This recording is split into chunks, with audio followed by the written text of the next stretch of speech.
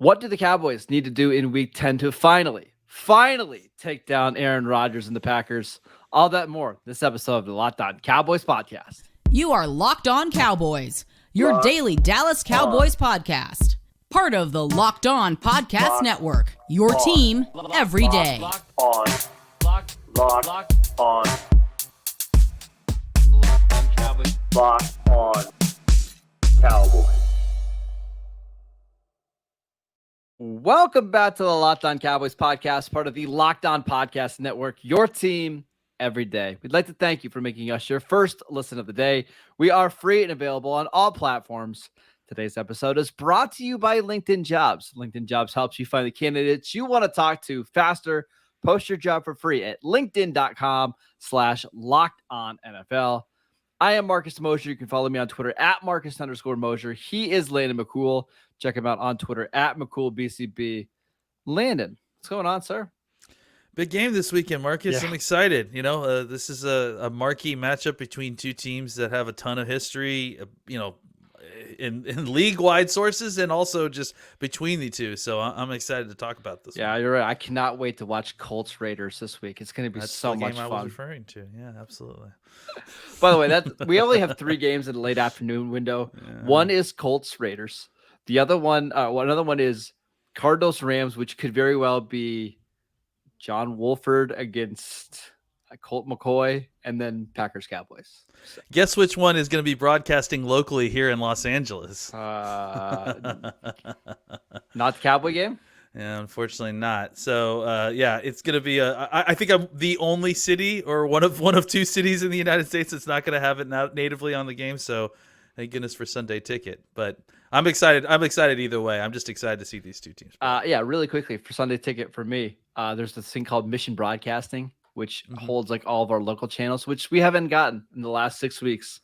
So I have to find a different way to watch. God. Not a lot. The struggle is real. Yeah. Modern first world problems. All right, let's talk about this matchup. Let's talk about the Cowboys offense against Green Bay's defense before we get to the boogeyman on the other side. How do you feel like the Cowboys offense matches up against Green Bay?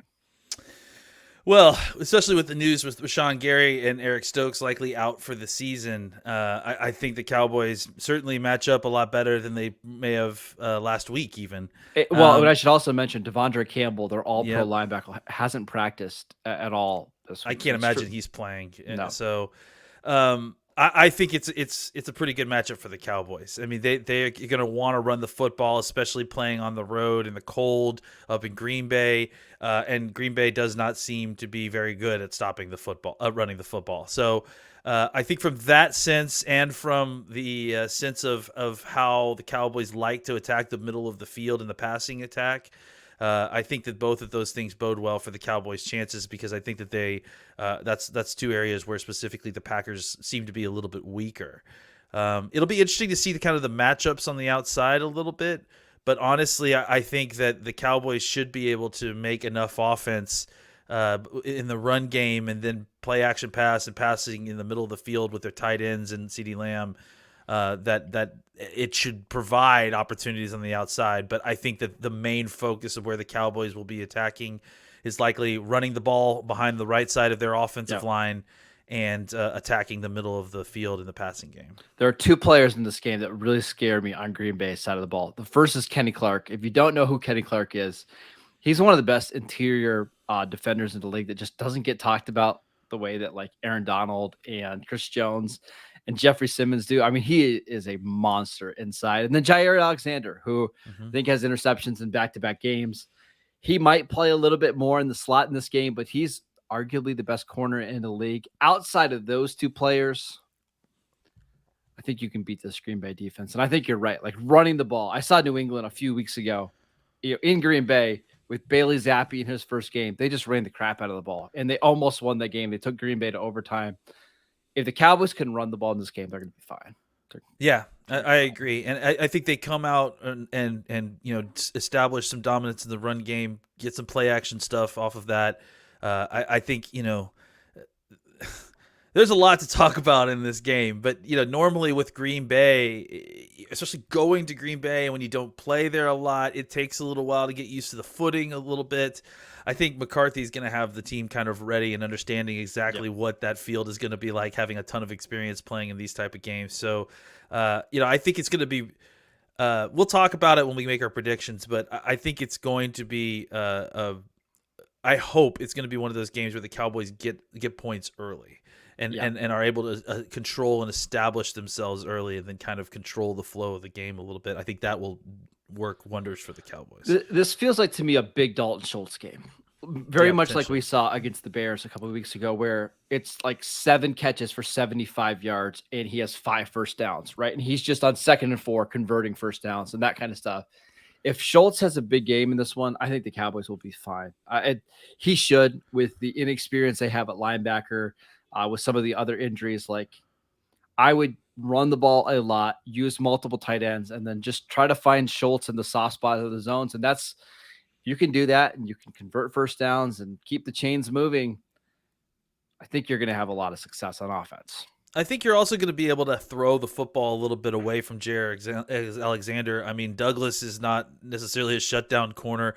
And then whoever the third corner is that they're going to have to kick in there, it'll be Savage sometimes. Which is, that sounds like what the plan is, to use Darnell Savage as their nickel corner. And I understand that they're excited about that, but that's not ideal. Well, yeah, I mean, I think that's a better way to get Savage to play at his potential. Mm-hmm. Dallas is not going to be afraid of throwing at Darnell Savage. I shouldn't be. And I think that's the thing, is that there is lots of spots now for them to kind of get the ball moving around. The pass rush for Green Bay is going to be tough for them. Without Gary, Preston Smith is a good pass rusher, but not he's really enough a number 2, right? Yeah, and he's a good alternate guy, a good guy to have once the kind of double teams are taken away. Without Rashawn Gary there to provide that, the Cowboys should be able to block things up pretty well. But I still think that's the guy. If you can block Kenny Clark, and you should double team him as much as possible, because he could be a game wrecker. If they block him, I would think Dak is going to have some time in this game. Yep, absolutely. And I also, like I said, look for more bootlegs, more stuff where he's getting out of the pocket a little bit. There's going to be lots of opportunity for the Cowboys, especially with some of these level concepts moving across the field. I think that there's going to be plenty of opportunity to throw the football. But I think just to kind of stabilize and control the game, the Cowboys will likely show a lot of run looks early to kind of establish that, make sure that they have kind of got Green Bay on their heels a little bit that way, and then really pull the ball out, attack the middle of the field. It's going to also be a big Brett Maher game. Like, you're not going to score touchdowns on every possession, but when you do get inside the 30-yard line, make your kicks, because it's going to be important. I think points are going to be tough to come by for both teams a little bit. So, hey, if you can jump out to a 10-0 lead or a 13-3 lead, like, it's going to be important. Make your kicks. You'll be fine on offense. Let's talk about the Cowboys defense going up against Aaron Rodgers. But before we do that, we want to let you know that this podcast is sponsored by LinkedIn. These days, every new potential hire can feel like a high-stakes wager for your small business. You want to be 100% certain that you have access to the best qualified candidates available. That's why you have to check out LinkedIn Jobs. LinkedIn Jobs helps you find the right people for your team faster and for free. All you have to do is add your job and then the purple hiring frame to your LinkedIn profile to spread the word that you're hiring. Simple tools like screening questions make it easy to focus on candidates with just the right skills and experience, so you can quickly prioritize who you'd like to interview and hire. It's why small businesses rate LinkedIn Jobs #1 in delivering quality hires versus leading competitors. LinkedIn Jobs helps you find the qualified candidates you want to talk to faster. Post your job for free at linkedin.com/LockedOnNFL. That is linkedin.com/LockedOnNFL to post your job for free. Terms and conditions apply. All right, Landon. Aaron Rodgers. How do the Cowboys? Boogeyman. The boogeyman. Michael Myers. How do the Cowboys slow him down in this game? It's ironic that the John Wick 4 preview came out yesterday as the Cowboys are about to start playing him. Yeah. Let's talk about the facts, right? Aaron Rodgers over the past decade is 5-1 against the Cowboys. That includes 2 brutal, painful playoff losses to him in one in Green Bay, obviously with the catch, or that was not a catch, and the one in which Aaron Rodgers threw a curveball while being sacked by Jeff Heath. I think that I'm not going to get on my big horse here, but I'm a big believer of, if you want to do this, if you want to win the Super Bowl, if you want to play in the playoffs in advance, you have to slay your boogeyman. Like you can't avoid playing the difficult games. You have to slay your dragons. And I think that the Cowboys kind of unceremoniously did that previously in this year. I think that we talked about it a little bit, but we didn't really kind of circle back that after the Rams game, the Cowboys, like, it felt like had maybe not quite to the same quite of extent, but it felt like the Cowboys at different points had similar kryptonite problems against the Rams, right? That the Rams just kind of had their number and could figure it out, and the Cowboys defense wouldn't be able to stop the Rams offense. And that's been the case before. And Sean McVay just knows how to play with our run cues, and the Cowboys were able to go out and absolutely dominate that game. And I'm hoping that that's what this is going to be. Look, I think that this is going to be a real bellwether game for the Cowboys, right? Mm-hmm. Like, I think this is a very strong indication as to exactly how good this team is. If they're able to kind of make Green Bay continue to look like the Green Bay of old, the Green Bay of this season, maybe not of old. Yeah. I think that bodes extremely well, that this team is, it's not like previous teams, because previous years they would go into this game in Green Bay and lose. This is an absolute trap game. Aaron Rodgers losing in an embarrassing manner the week previous to this, basically being shut out of the playoffs, like basically being written off all over the country. This is just the kind of hype game that the Cowboys would get into and not be able to handle it and lose. If they're able to go in with an angry Aaron Rodgers who's dying on his last gasp of trying to have relevance in Green Bay and win this game and control the game the way they should, I think it really does bode well for this team overall. And I think that they can. I think if you look at it from the defensive side of view, this is not the same offense that it has been previously. Aaron Rodgers is Aaron Rodgers, obviously, but this wide receiver core, the offensive line's been shuffled around a ton. Their running backs are great, but one of them is their better running back is a little bit banged up a little bit.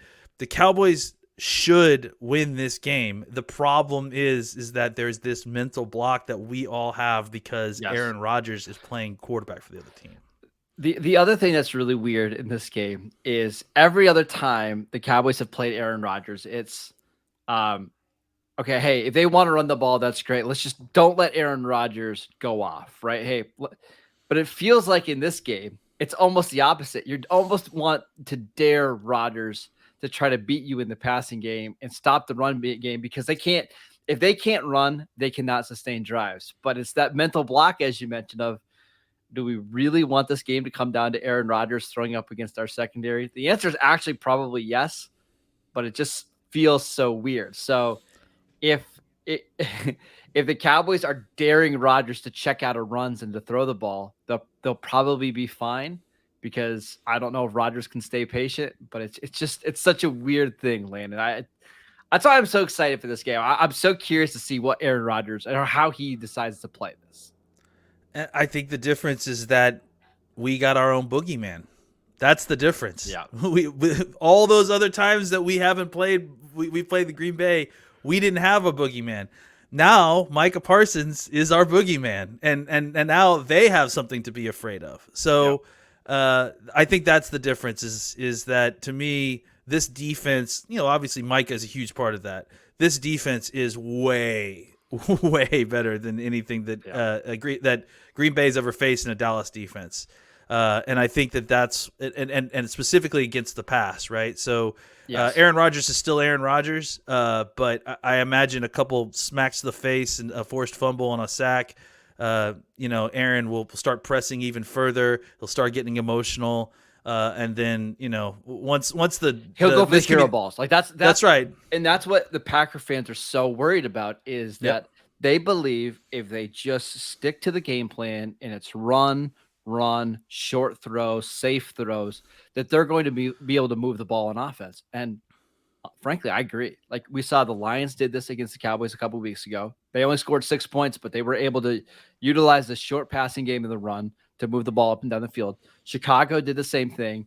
That's when Green Bay has been successful. But Aaron Rodgers just gets impatient and he wants to be the hero. So he'll check out of runs and throw the ball down the field when he's not really supposed to. And I just wonder how long is Aaron Rodgers, again, against Mike McCarthy at home in kind of the kitchen sink game, going to stay patient? I don't know. I think, it's going to take is one drop by a tight end on 3rd and 2, and then he's going to go to the sideline, chug a gallon of ayahuasca, and just say, hey, I'm throwing the ball wherever I want to throw the ball, and I don't care what the call is. Yeah. And that's where they lose because he has not – and I think that this is something that Aaron Rodgers has always done, and I think that's what we're all kind of slowly figuring out is that Aaron has always just done whatever he wanted. The difference is he had Devontae Adams who could get open anytime he wanted in one-on-one coverage. Do it. He can't do it anymore. And I think the other big difference too is that he was so used to just throwing the ball however the hell he wanted, whenever, no matter where his feet were, no matter where his body was. I think he doesn't possess that ability anymore. It doesn't seem. I've seen the throws where he's just got his feet tangled and he's trying to whip it around. It's falling short. Whereas before it would have been a laser right into the hands of whoever the receiver was. The other thing that I've noticed is, and I actually saw it earlier in the year, when a play breaks down, the Packer receivers over the last decade were so good at breaking off the routes and getting open and presenting themselves to be open. Even this year, early in the season, when Randall Cobb was healthy, he was the only guy that could get open in kind of those busted plays. And so much of their offense was kind of that, right? Hey, let me extend the play for a couple seconds, and then I'm going to trust Adams to get open. With an Allen Lazard who's banged up, with Christian Watson who can't stay healthy, and it's been really inconsistent. The one guy that could do it a little bit, Romeo Doubs, he's out for this game. Sammy Watkins is running with a piano on his back right now. They just don't have anybody that can kind of create, and it's really messing up this offense. Yeah, honestly, the key for the Cowboys defense is to tackle. If they can just make their tackles, if they can, keep the runs to short gains, keep the short passes to short gains, they're going to do a lot of screens. They're going to do a lot of slants. They're going to try to get the ball out quickly. And if the Cowboys are just able to make the tackles that are in front of them, which they've usually been pretty good about, then there's not going to be a ton of creation opportunities for Green Bay outside of Aaron trying to improv.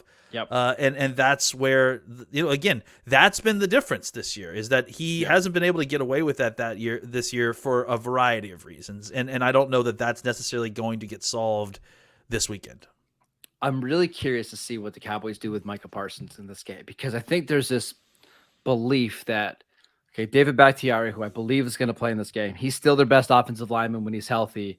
Do the Cowboys, quote unquote, waste Parsons over there, or do they try to find mismatches against like John Runyon, who's battling some injuries right now? I'm kind of the belief, Landon, I think Parsons is going to be able to get pressure on Bakhtiari. And if he can, that opens up the other three rushers to have some pretty favorable matchups. I think Parsons could have a field day against Bakhtiari. It just seems like with Bakhtiari not really being able to move quite as well as he used to, feels like a game that Parsons could have a big performance.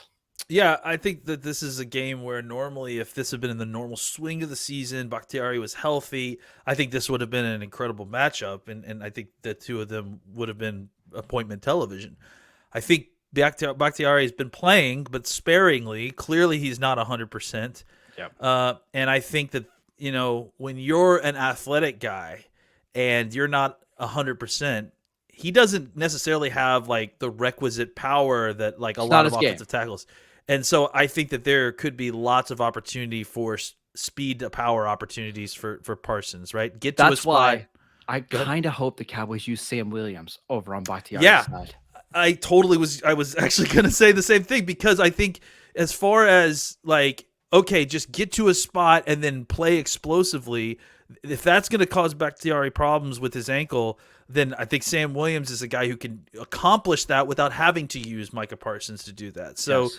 I wouldn't be surprised. Honestly, I would be surprised if Bakhtiari played the entire game. Well, he hasn't anyways. He hasn't really rotating done in and anyways. out. Yep. So I just imagine that there's going to be opportunity against him. There's going to be opportunity against his backup. I like the matchup here. Yeah, Zach Tom, who's been, better than most guys that have two first names as their name, but I mean, and not so much better. Yeah. I think he's been, I think technically he hasn't given up pressure. I saw that somewhere, but having watched the game, it wasn't exactly like he was shutting anybody down either. No, they were helping him out a lot. Yeah. So I think that there is going to be opportunity up and down this offensive line. Bakhtiari is still a great player, but he's just not physically where he needs to be. And again, when you aren't a physical specimen to start with, and maybe I shouldn't say that he is a physical specimen, when you aren't a powerful player to start with, and then you reduce some of your explosion, and that's part of your game, that can be really difficult to try to counter a lot of the power stuff that you normally would use with your footwork. A good example is like Eric Fisher last year with the Colts, right? Fisher was not a super powerful left tackle, but got away with being an elite athlete. Once he lost a little bit of that athleticism, it hurt him a lot. And I think you're seeing that with Bakhtiari. Let's make some predictions on this game, Landon. But before we do that, we want to tell you about Simply Safe. Did you know that over the holidays, property crimes like burglaries and package theft spiked nationally? Again, I struggle saying the word burglaries. But that's why our friends at Simply Safe Home Security are offering 50% off their award-winning security system so that more families can feel safe and secure this holiday season. Order your Simply Safe system for half off today and enjoy advanced security and greater peace of mind this holiday season. Simply Safe is home security with advanced sensors for every room, window, and door, HD security cameras for inside and outside, smarter ways to detect motion that alert you only when a threat is real, and they even have hazard sensors that detect fires, floods, and other threats to your home. 24/7 professional monitoring service costs less than $1 a day. That is less than half the price of ADT's traditional professionally installed system. Don't miss your chance to save big on the only security system that we recommend. Get 50% off any new Simply Safe system at simplysafe.com/LockedOnNFL today. This is their biggest discount of the year, so don't wait. It's simplysafe.com/LockedOnNFL. There is no safe like Simply Safe. All right, Lane, we're going to do some predictions. But before we do that, here is BetOnline oddsmaker Dave Mason with everything you need to know about the line and how it has moved this week. Having won 6 of their last 7 outright, including 6 wins against the spread, Dallas opened as 3-point road favorites versus a struggling Green Bay squad that is 0-5 straight up and 1-4 against the spread over their last 5 games. Sharp coin on Dallas -4 drove the spread quickly up to its current price. Green Bay getting 5. Overall, 65% of the bettors are on Dallas so far, but the cash is split 50-50. Landon, who do you have winning this game? I have Dallas winning this game. I don't know that line seems like something I would bet on. That's a lot to me. 5.5. What was it? 5.5 points or 6 5.5 on most sites, including BetOnline right now. 5.5 points for a home team that's still Aaron Rodgers. That's in Green Bay. That seems like a lot. Look, I think that the paths to victory here are the two most likely paths to victory are as follows. I think similar game that we've seen in these last few weeks where this is a proud team, Green Bay, that they'll stick around. The Cowboys will, play up to them. And then as the game kind of wears on, the talent sort of wears on the Green Bay Packers. The holes start getting a little bit larger in the run game. And the Cowboys start taking chunks, and it ends up being a game where it looks a lot more of a one-sided affair than it ultimately is, right? Maybe something like 27-20 or something. I would say 27-20, 24-17, something like that, right? But again, like that 5.5 line, maybe they cover that, but it probably won't feel like the Cowboys are winning by almost a touchdown for the whole game. I think the second most likely path, to be honest, is something closer to what the Rams experience. The Cowboys are able to get up on the Packers early, and the Packers. the emotional heft of this game, despite it kind of being reported on the Packer side, I think it's with the Cowboys. The team. The Cowboys like Mike McCarthy more than I feel like the Green Bay Packers like Aaron Rodgers. That's a hot take right there. I mean, I don't know that it is, honestly. No, I'm joking. Yeah. I mean, so I think that, there is a chance that if the Cowboys get out there, start hot, and score early, the Packers just fold. I mean, the season is, essentially over unless they can win this game. And even if they win this game, it's still a very large uphill climb for the Packers. So I could easily see this as the second most likely thing to happen. The Cowboys get out up front early and control the game that way through the run game, make Aaron Rodgers throw the football a lot, which could incur a bunch of points, but it also could incur turnovers. Aaron Rodgers taking a lot of hits, lots of screaming at his wide receivers as he gets to the sideline. So I'm picking the Cowboys. I think I'll say something like 27-24, but I do think that it will be clear the Cowboys are the better team by the end of the fourth quarter. At least I hope, because I really do think that this is a game that should be kind of an indication of exactly where this team is. It does feel like if the Cowboys can win this game, even though it's not a great team, you would have a lot of confidence that they can go anywhere on the road in the playoffs and win.